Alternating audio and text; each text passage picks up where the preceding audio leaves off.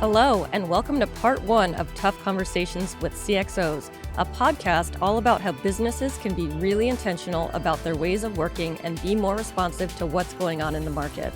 I'm Alexis Williams, Head of Strategic Alliances at Atlassian. I'm here with Steve Davis of Accenture, and today we are joined by special guest Ken Spangler, Executive Vice President of IT, CIO Global Operations Technologies at FedEx. And together, we're sitting down live at the FedEx World Hub in Memphis, Tennessee. What a beautiful day to be here in Memphis, in a FedEx hangar, no less. Thank you for joining, Ken. Thank you for joining, Steve. I'm excited about our conversation today. You guys want to do a little intro? Sure. Yeah, it is a beautiful day here in Memphis. I remember the first time I came in 2008. It was wonderful to meet some new FedExers, but I've been working with FedEx as a coach and consultant for since 2008, so 15 years now. So I think I bleed purple, and it's always great to be here, especially with the people, and developed a great working relationship and a friendship with Ken. Awesome. Well, thanks for having us. And Ken Spangler, Executive Vice President of IT. I run the Global Opco Technology Group at FedEx. And I'll say, yes, it's a beautiful day, but it's always a beautiful day when you're sitting here looking at a FedEx wide-body aircraft in a hangar. And, I've been around, like I said, almost 34 years, but every time I'm in any of our hubs, but especially this, our Memphis hub, I get amazed, even as a FedExer who's been around this long. Yeah, this is pretty special. We do quite a few podcasts between the Accenture and Atlassian partnership, and I have to say this is one of the better, more awesome experiences we've had. So thank you so much for having us. I want to share kind of to start off like what my favorite thing about FedEx is. It's obviously a world-renowned brand. I just love that when I order my fancy expensive shoes, you guys get it to me on time. That's a huge deal. Steve, what comes to mind when you think about the FedEx brand? The first thing that comes to mind for me is the people. I know that they care about me, and I know that I care about making their lives better. But in addition to that, I go back to the old, one of the old brand sayings, Ken, of when it absolutely positively has to be there on time. I do feel like that the FedEx people come through in that way, even though that's not the tagline that they continue with today. Awesome. What about being a FedEx employee? Like, what is your favorite thing about being a FedEx employee? And maybe some insider baseball for us folks, a fun fact on FedEx. My favorite thing, and I don't want to just, riff right off of Steve, but it's definitely the people. One of the things I was just talking to a large group this morning, and I says, I fell in love with the fact that we solve really hard problems and we work with incredible people doing it. So that's been those two things have been my favorite part of my career. We were just probably, the unique thing is just this morning I was at a meeting with Fred Smith, he's still our executive chairman, but the founder of FedEx. So we just had our 50th anniversary this year. So we're a 50-year-old company, and our founder is still our chairman, still as passionate as ever. He's the architect of the tremendous culture of FedEx. He's the architect of, thinking of worldwide networks as being the opportunity to connect the world and make things possible that weren't otherwise. So, whether you're an insider or an outsider, Fred's a real, hero. And just seeing him again today and just seeing how passionate he still is amazing. It's amazing when you see leaders, especially at that level, still very connected to the business. So that's awesome. I mean, you see, when you talk about the people, you see that even being here with your crew, I mean, they've been amazing. So I have to say, it's been an absolute pleasure working with you guys thus far on this alone. But you've had quite a history at FedEx and quite a career. Can you walk us through sort of your career? And you've played a lot of different roles, and how has that fed into your role today? I was blessed early on. I got to be in such a core part of what this business is. Even back when I was a young guy, I was a software developer, I got to be involved in our operation systems, or specifically our hub systems. And especially, we really major in automated hubs, automated package sortation. So getting to see automation 30 some years ago when we were really pushing the envelope and solving incredible problems, like I said, that was really the beginning of, to me, created the passion that every day matters. And those were challenging times because we were pushing the envelope so much. It wasn't unusual. The phone would ring every night in the middle of the night because we move massive amounts of packages and are busy in the middle of the night. Yeah. But from there, I just had more opportunities to, advance in management roles where I started, and really I grew up in the FedEx ground company. And if you think of FedEx, historically it was a very federated, one of the world's big businesses, but truly federated into four main structures. And this year we've announced a new strategy, One FedEx, where we're really operating instead of separate operating companies as One FedEx. But kind of back to your question, as I got to grow up, I eventually became the CIO of FedEx Ground, and then did that for nearly 11 years. Then was also the CIO of FedEx Freight, and then FedEx Express and FedEx Logistics. So the unique part of my career is at one time or another, as we were still large and federated, I was the CIO of each of the operating companies. And then my role over the last 5 years as the executive vice president. So at the CIO level, I was a senior vice president and CIO of each of those. But in the last 5 years, I've been an executive vice president, and my role has been all of the operating companies. And that's why we call it Operations Technology, originally called it OpCo Technology. But so that's kind of the background of how I got from individual companies to really have a global perspective and a global role, as well as looking at all of our operations all around the world. Yeah, and the One FedEx transformation that's currently happening, how do you think that that's played your experience across, being involved with all the opcos and now the global remit? How has that really played into the transformation? Would you have approached it differently, do you think, had it not been for the different layers of experience within FedEx? I would say if Fred Smith were here, or Raj Subramaniam, who is our president and CEO now, I believe they would say this same thing, and that is, the federated model and the specialty and uniqueness we had was so important and such a part of our success to get scale. We are a much smaller enterprise. That individual uniqueness and specialization, what made us the best in every segment, and we grew tremendously. And we grew $50 billion over 20 years. And then during the pandemic, grew another $25 billion. So at that point, we're more than a $90 billion business. And what really happened is now the scale that we've reached offers a lot of synergy of putting things together and running them as one. So the One FedEx strategy is really an output of the success of all the years of growth and getting to the scale we're at now, where we can just drive tremendous efficiencies. Yeah, and Steve, I want to touch a little bit on your experience as well, because you've been with FedEx working side by side with Ken and all of the teams since 2008. What has your journey been, and what has that looked like in working with FedEx? It started at the team level, just, help this team in marketing, help this team over here that's trying to pull together some enterprise services, and then grew into the program level where I started working with Ken, and which meant teams of teams. I think that was an important, that beginning was an important part of the journey at FedEx, because, nobody is going to transform an organization all at once, from zero to transformation, right? So we had to have some of those proof points. And so I think that was an important part of the growth. And then within operating companies, Ken being very influential part of driving that transformation within FedEx Ground from a holistic standpoint first. There were other places within FedEx that were transforming teams and programs and specific initiatives, but Ken, had the courage to pitch it to the CEO at FedEx Ground. And that's where we really started to learn and grow and adapt, and then learn some more in terms of what does that transformation look like from an enterprise perspective. Yeah, and so enterprise agility, enterprise business agility, many different names for it, but what does it specifically mean for FedEx?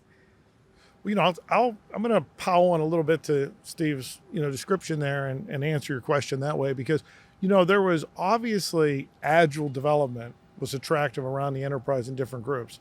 And driving a form of agility was obviously very attractive. The challenge we had is groups were starting to do it their own way.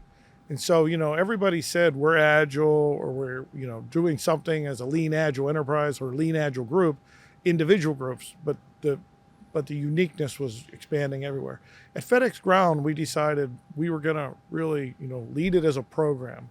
we were going to, major in it, not minor in it, we often like to say. And then also, even in the roles, we were going to make them jobs, not assignments. And so, at FedEx Ground, what it meant to us was a consistent one way that we became a lean, agile enterprise. And that's where we started using the term enterprise business agility. Now that was, it's the second largest of the operating companies. It's the largest in transactions. It's the most automated. But having scale there and growing it up, it really took off and it made a difference. We were much, if you think about just the highest level, the principles of, eliminating waste and reducing context switching. Yes. That's what we really started to see the benefit. We really started to major in it. And that's where it really got attractive to the enterprise, to the other operating companies at the enterprise level. And so at that point, so what does it mean, to answer your question specifically, whenever our president and CEO, Raj Subramaniam, whenever he was the COO of the corporation, he kicked off an event with all the CEOs of the operating companies, the COOs, the CIOs, and we all came together and said, this is so powerful, and the opportunities it enables, again, to repeat, to be a lean, agile enterprise, we need to do this consistently. And that's when we created one enterprise business agility group for business and IT to kind of drive it and make it consistent across the enterprise. So what it means to us is truly enterprise business agility across portfolios at the time, across operating companies.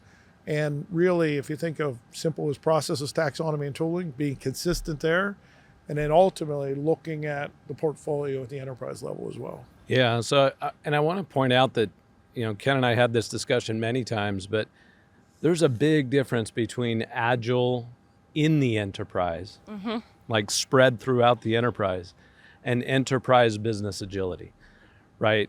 And there was a recognized need for some common foundations, which, I work with a lot of companies. I hadn't seen anyone do, and going back to something that Ken said about creating job roles specifically, that showed the investment, right?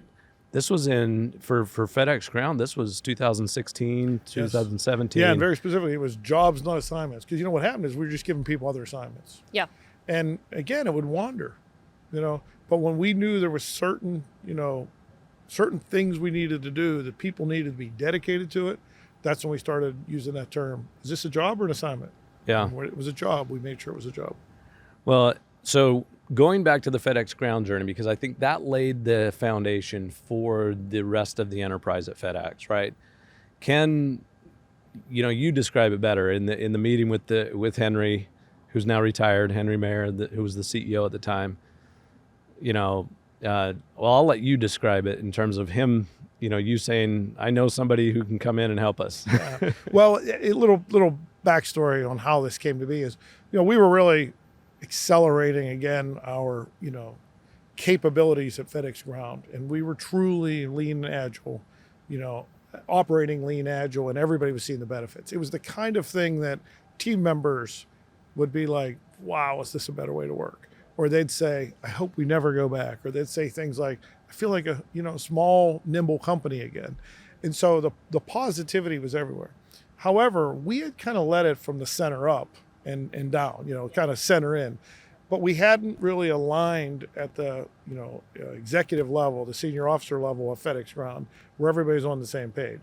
And there was really three different opinions of how we should run the FedEx Ground business agility program. And so, because we were having so much success at the engineering and IT level, we were proposing, and it turned into one of those great debates that nobody would agree. And so it was just a very famous meeting that just went bad because everybody had a different opinion. Finally, I said to the CEO at the time, Henry Mayer, I said, everybody has an opinion, but what we need is a common fact base, and from that we can decide. And the only way to do that is to get everybody educated on all the principles of enterprise business agility. And the truth is, I said, I know a guy. And it was Steve, and I was referring to, he's excellent at communicating. Obviously he's a world-class expert in this. He's done it for years, but he's so good at communicating and simplifying it that we could start with the C-level team at FedEx Ground, all the senior officer team. And so we had a meeting. It was a full day meeting, morning till evening. And it was one of the most interesting meetings in my 30 plus year career because in the morning you could read the body language. Everybody was positioning to their own defensive position. And there was a lot of this, sitting back and, all that. But it was one of those things that I watched about halfway through the day, around lunchtime and right beyond, everybody's now leaning in. And then as we got into early afternoon, I could see everybody thought, wow, I better be all in on this, because, it was one of those things like, I'm arguing against the laws of physics here, Yeah. And so literally by 3 p.m, everybody was like, how do we lead the way with this? So once there was a common understanding of what business agility meant to us and what the benefits are, and really, quite honestly, what we had already done, it just wasn't understood by everybody. So when they seen how powerful it already was, everybody was in from one end to the other. It wasn't a single person, it was an outlier. But then everybody wanted to get in front of the line and say, how do we as a collective senior team lead it more? And that's when it really went to another level. But it was a proven, the processes and everything were very strong by that point. Then we just took it to another level where everybody was on the same page. Yeah, and to be certain, it was, that day wasn't talking about methodology or process, and it certainly wasn't talking about feelings, right? Which you get sometimes in the Agile Very community. emotional, very people-driven. But it was very science-based, and that's why I love when Ken says, define the laws of physics, because we laid out in very clear terms the scientific studies that had shown, for example, how multitasking is destroying productivity within the teams and creating a lot of noise and friction within the organization. And that's when everyone started to lean in, right? That's when the CFO starts to say, okay, yes, I want to hear, alternate choices, not and. I remember he said multiple times, I don't want to hear and when you want to do something else. I want to hear, I'm going to do this and not this. Mm-hmm. Right. And even my big surprise from that day was the legal counsel who came to me, while we were eating dinner and said, I think I've got some ideas about how I can, create more throughput in our legal group. Yeah, it's true. The chief counsel was all in, kind of starting at a Kanban level, right? Mm-hmm. How can I look at all my legal demand?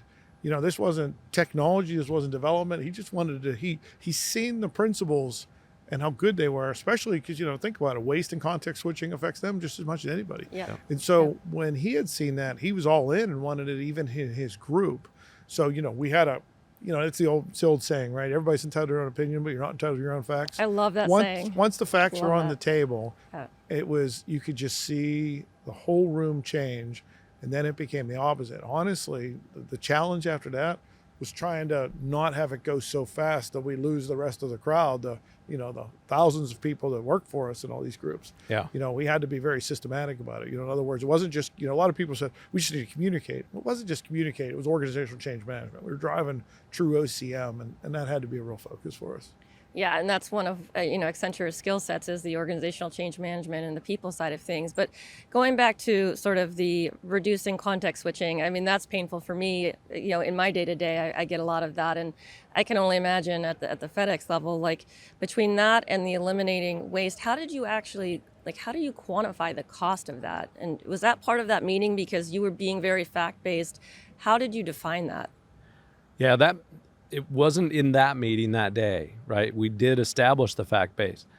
Then the real work began, right? Yeah. And there were some meetings that followed on not long after to start to bring everything. And we're sitting at a big table right here, right? It was as if everyone had to bring all their baggage, right? All their work and throw it on the table, essentially. And we did it, of course, in spreadsheets and other tools. But, we saw this huge amount of work, which we compared to a traffic jam, right? And the cars were moving nowhere. And we wanted to compare it to, a NASCAR race with, going 200 miles an hour around the track. And so we had to pick, what is that top priority thing that we want to focus on, that we want to prove this out on. And I remember, without sharing last names, but, me saying, okay, if this one's your top priority, and that, of course, that top priority initiative got identified after probably 2 hours of debate, right? Mm-hmm. Because everyone wanted their thing to be top priority. But I said, if this is top priority, who do we need on that team? If we were out on the playground picking a team, right? And of course, everyone says, well, you need Gary, right? No last names, but the FedExers will know who I'm talking about. Oh, yeah, absolutely. And I said, okay. And we kind of formed, what would that team look like? And then we said, okay, now look, there's thousands of people left. What's the next team? And I said, remember, that first team is dedicated. So Gary can't be on the next team. And that's when everyone kind of freaked out. And no, Gary's got to be on everything, right? Mm-hmm. And then I reminded of the science of it all, right? If Gary's on everything, then everything can only go at the pace of Gary's ability to multitask, right? And so we had some great debates. Of course, when we're starting out, Gary didn't get only assigned to one thing, mm-hmm. but we did, successfully create a lot of focus. And those top two initiatives, were delivered 11 and 12 months ahead of plan, mm-hmm. ahead of what the current plan was. Yep. Under budget, sooner than scheduled. And we kind of got into a rhythm where we were doing a lot of that. It was a really good time. And I would say, to just kind of stay at the framework level, one of the things I would say, and Steve and I talked about this a lot through the years, but it really mattered. If somebody's driving a transformation like this, one of the things I would advise is, we really talked a lot about the why and the what before we drove into the how.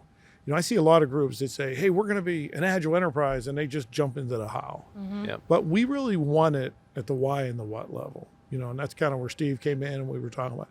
Now, as he said, as we started to get to the how and we started to, win in select areas, then it became a true, organizational change management activity to do it the right way and be more consistent. And we had a lot of there's a lot of stories we could tell, but there's a lot of times where we were looking, so when we started expanding it around the enterprise, we're in the other operating companies or sub-operating companies, subsidiaries of some of the really big operating companies.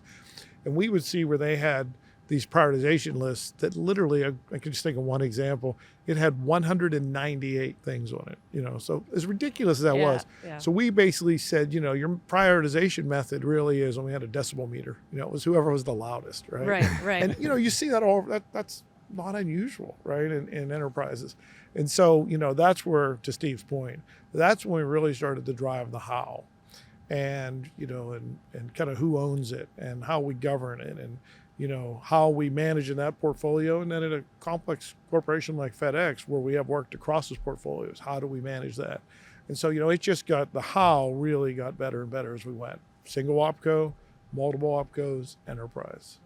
And so there's just so much to pick out in all of this. I want to go back to the pandemic, though, because $50 billion to get, the first 20 years of FedEx, and then literally in 2 years, another $25 billion.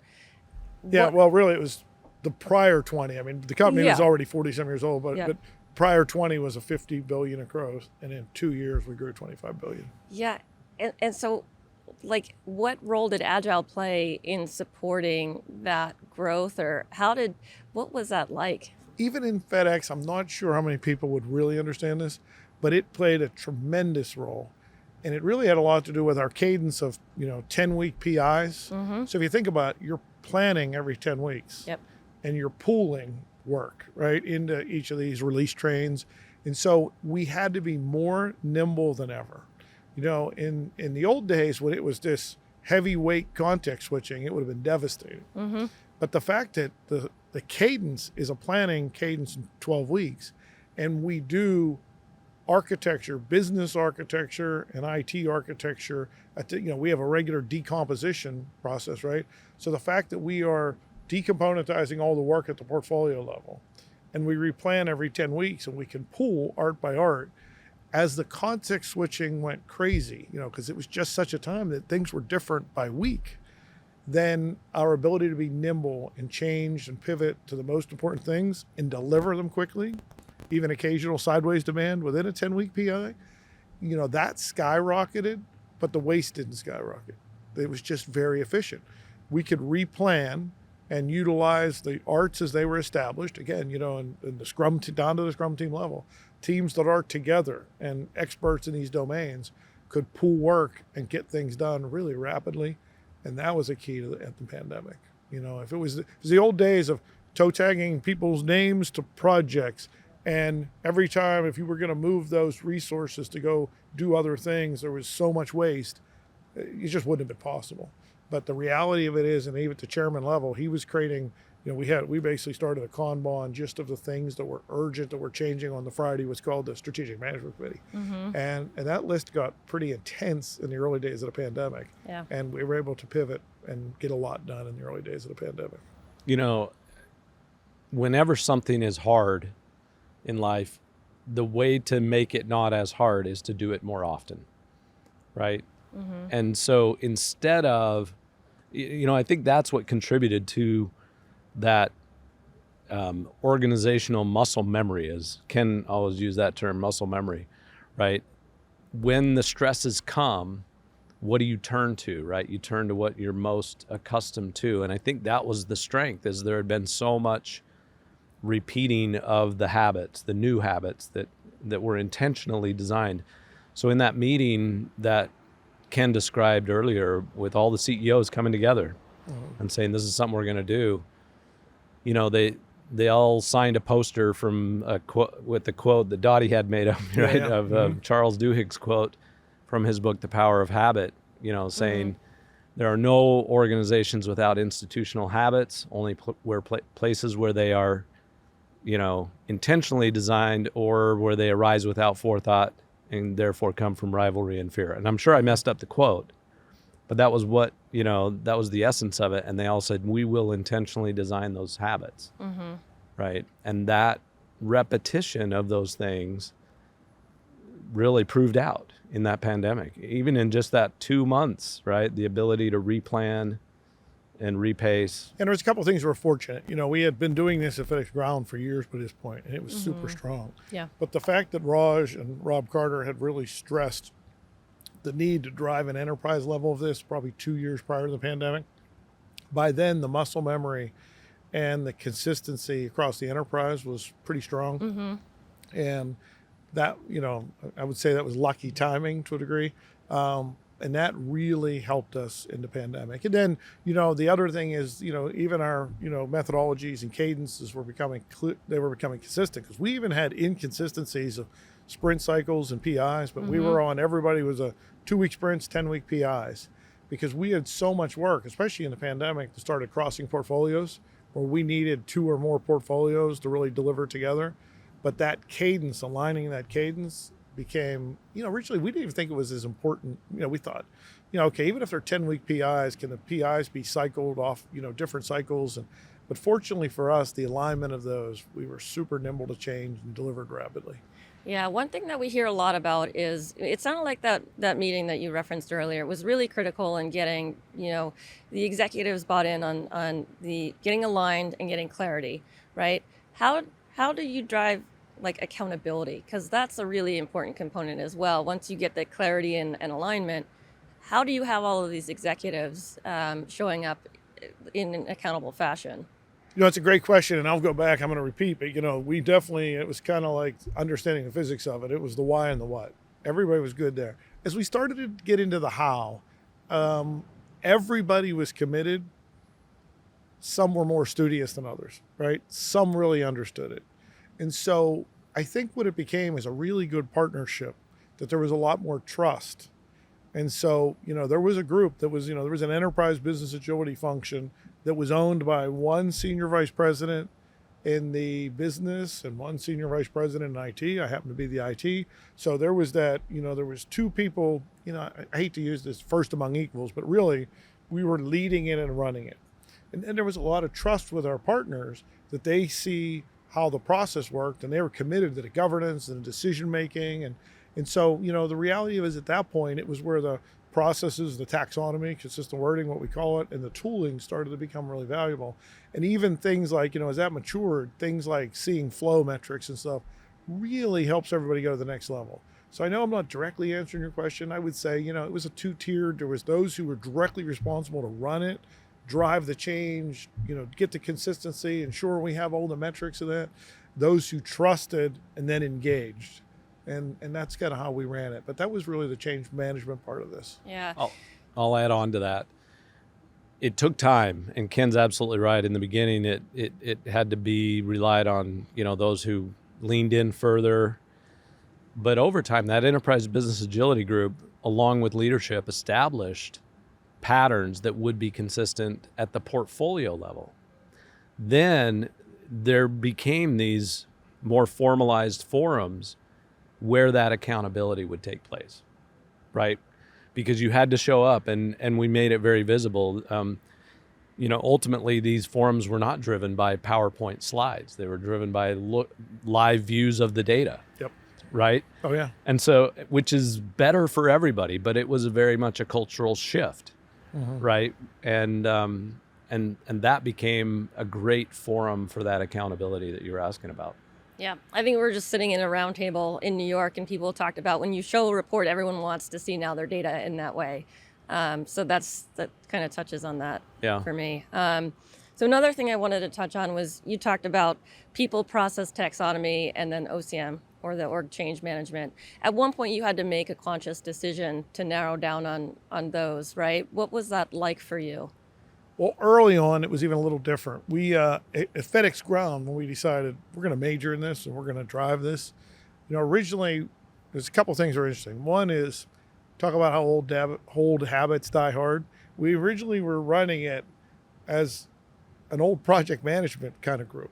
You know what I mean? We were managing it as a waterfall delivery. So as crazy as it sounds, to drive ourselves to be, to drive a business agility program at Ground, we're managing it and all of a sudden we're like, whoa, we need to eat our own dog food. So we literally structured it and ran it like it was an art with sprints and 10-week PI.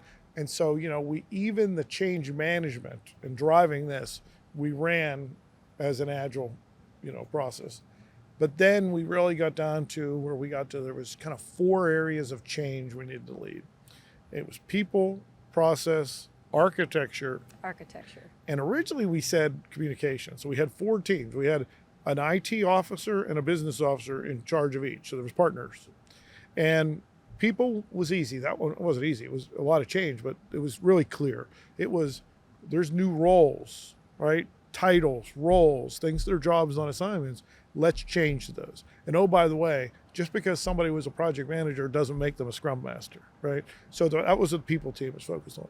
The process, again, was everything from the cadence to, at the time, as we were establishing a value stream structure, you can't just call it a value stream and go start up. There was a whole structure of starting up and running. Architecture was really one of the wild ones, and that was because we knew business architecture was a key success factor. But at the time, architecture was believed to be just an IT job. Mm-hmm. There was no business architecture function. But the business started to establish individual business architecture roles, and then positions with titles, and then ultimately a group, a specialized portfolio level group of business architects. So again, we drove the consistency and the alignment of business architecture and the technical architecture side of IT roles. And then so that became very successful as well. And then the last one, we thought, well, you got a program, you're driving change, you need to communicate a lot. And we realized early on, communicating wasn't what we were after. It was OCM. It was organizational change management. You think of an ADCAR process, it was something, we needed that kind of change management. And so we drove that whole team as an OCM group. So once we got that, and that was our own, it wasn't like that was something out in the industry or anything, and we kind of came to it with Steve and as a team. It was our own inside methodology, but it was, what's change mean to your enterprise? To us, people were really important. We had to change the processes. We knew we were going to win or lose on architecture, because I still believe, and Steve and I may even disagree sometimes on this, I still believe one of the dangers, in depending how you define being a lean agile enterprise and how you adapt it, is, some people say you're only doing a 2 PI, architectural, runway. And in the complexity of what we do and the whole city planning concept of architecture, we need both. And so architecture had to be a major for us, and then the OCM part. So point is, we came to it on our own, but it became a super powerful model. And it didn't have to stay along like that forever. Once we were up and running, we began to evolve that away. And that was, again, at OpCo level. Now, what you may have been referring to a little bit earlier, too, in the way you set this up, is once we took it then to the enterprise level, we were trying to drive this at an enterprise level, we got down to a construct. And by the way, I will say this is a typical mistake, happens everywhere. Mm-hmm. It's great people with great intentions, We started thinking at the enterprise level, we started trying to do everything. You know, it was like, we're going to solve all the world's problems. And that became a mistake, and it really sputtered for a while. And what we did is I called it stop, drop, and roll. We just got to stop, drop, and roll. And we got to simplify. And we got it down to really, we're focused on just 2 things, and there's just 3 processes in each. We're going to be, lean portfolio management. Lean portfolio management to us was processes, taxonomy, and tooling. Yeah. We got to define that consistently. And then once we get that, we have a consistent way, process, taxonomy, and tooling for the enterprise, then we're going to drive to enterprise portfolio management. And that is, in our OpCo structure, we had portfolios up and running and strong by OpCo, but we didn't have one for the enterprise, a horizontal.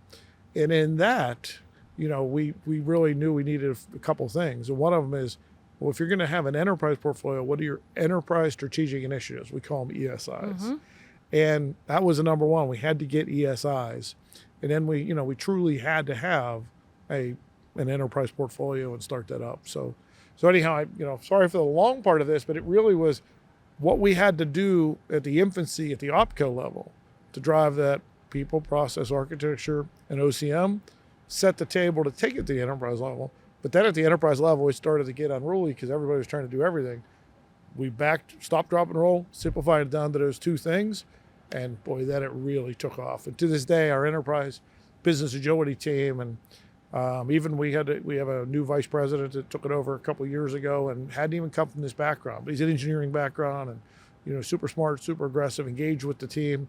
And they went all in on a simplification methodology, really. And the pace and the change and the influence they have today is amazing.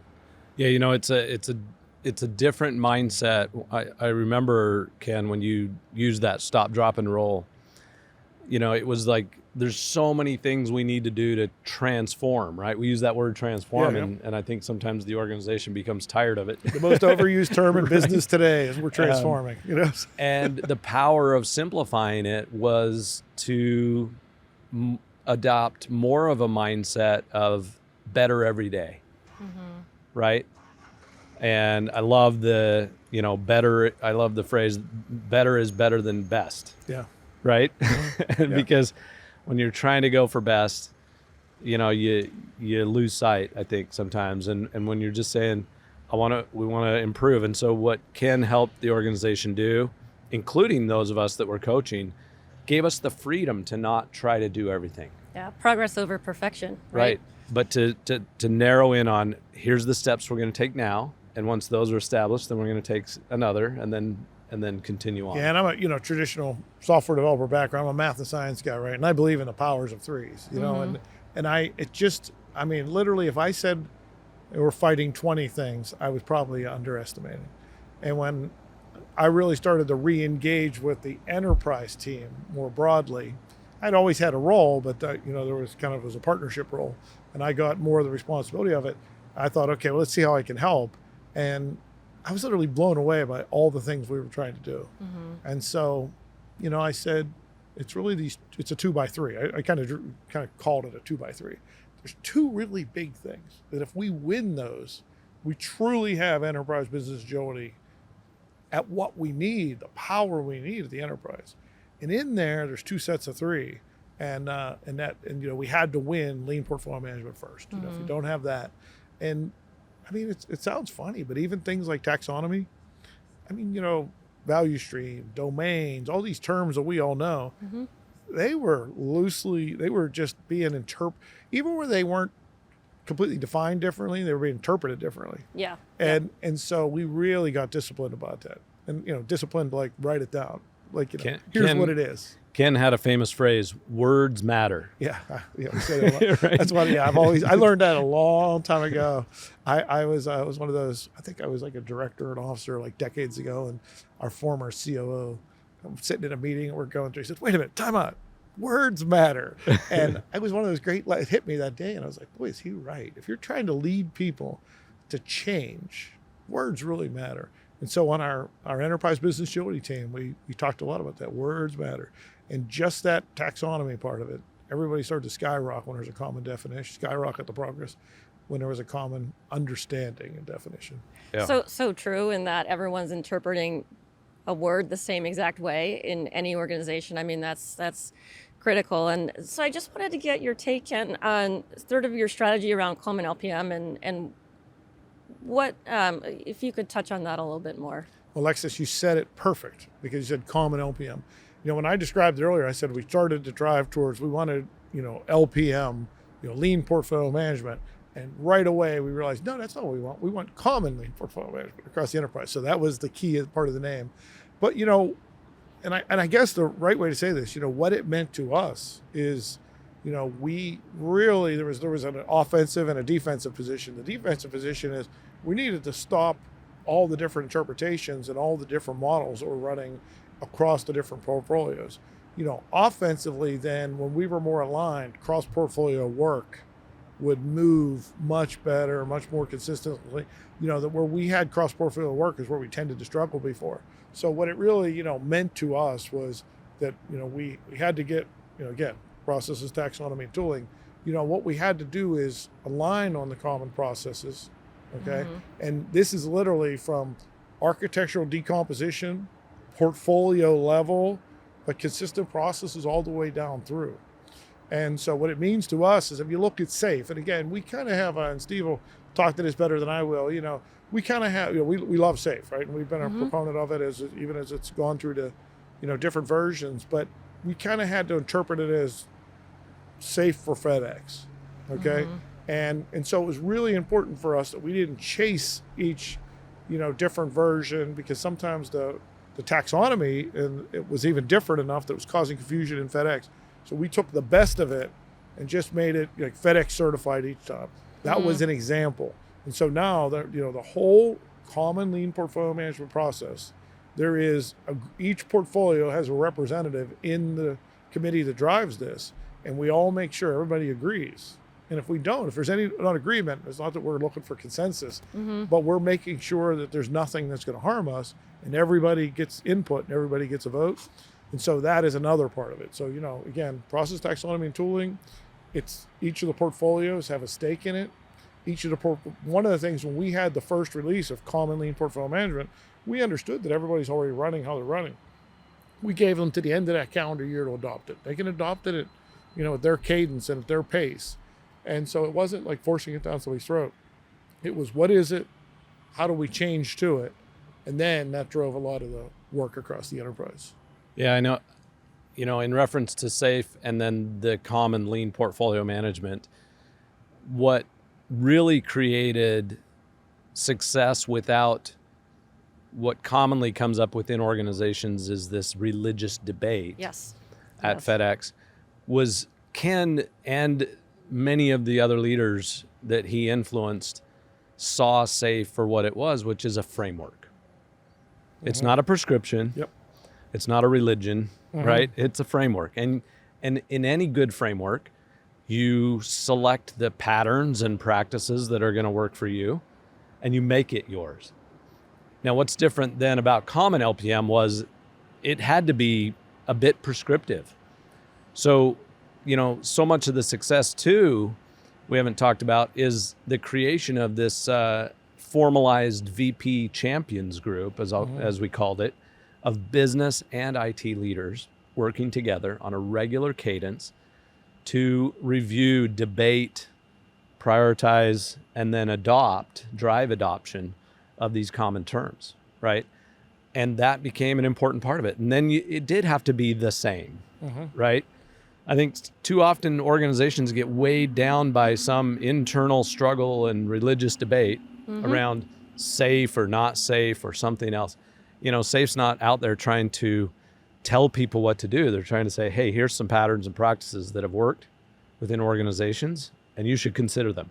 And that's what Ken did very successfully. Yeah, and I'm a software guy in my background, right? And platforms win and frameworks win, right? So and I use that a lot, right? And I'm like, platforms win and frameworks win. So we used it as the framework it was, and the power of it, absolutely. But we made it for FedEx. And that's where, and again, that VP Champion program, another group, really good people, really committed to it, but passionate. Early on, everybody had their own reason why it needed to be a little bit different. But ultimately, by really working together and just being relentless, everybody came aligned, and at least we agreed to align. And then we agreed to the process to change so that everybody could, work consistently. And that was really important. Obviously, that's a VP group. Our VP groups are very large, really, powerful groups. But, I'm an executive vice president, so my direct reports are all senior vice presidents. But I would meet with that VP group regularly. I would, I get, still to this day, get with them frequently, because I just wanted, if we were really going to lead the way and influence it, I really wanted to hear consistently, again, kind of the why and the what they believed how we should change. And again, we can't get to consensus all the time, but you can get to alignment, So we drove to have an alignment. We didn't have to drive towards consensus. Yeah. Thank you all for joining us for Tough Conversations with CxOs, a podcast from Atlassian and Accenture. Thank you as well to our special guest, Ken Spangler of FedEx, for sharing his insights today. You can check out more about Ken, as well as the work Atlassian and Accenture are doing on enterprise agility, using the link in our show notes. We'll be back with more conversations soon. Follow us now on your podcast app, and you won't miss an episode.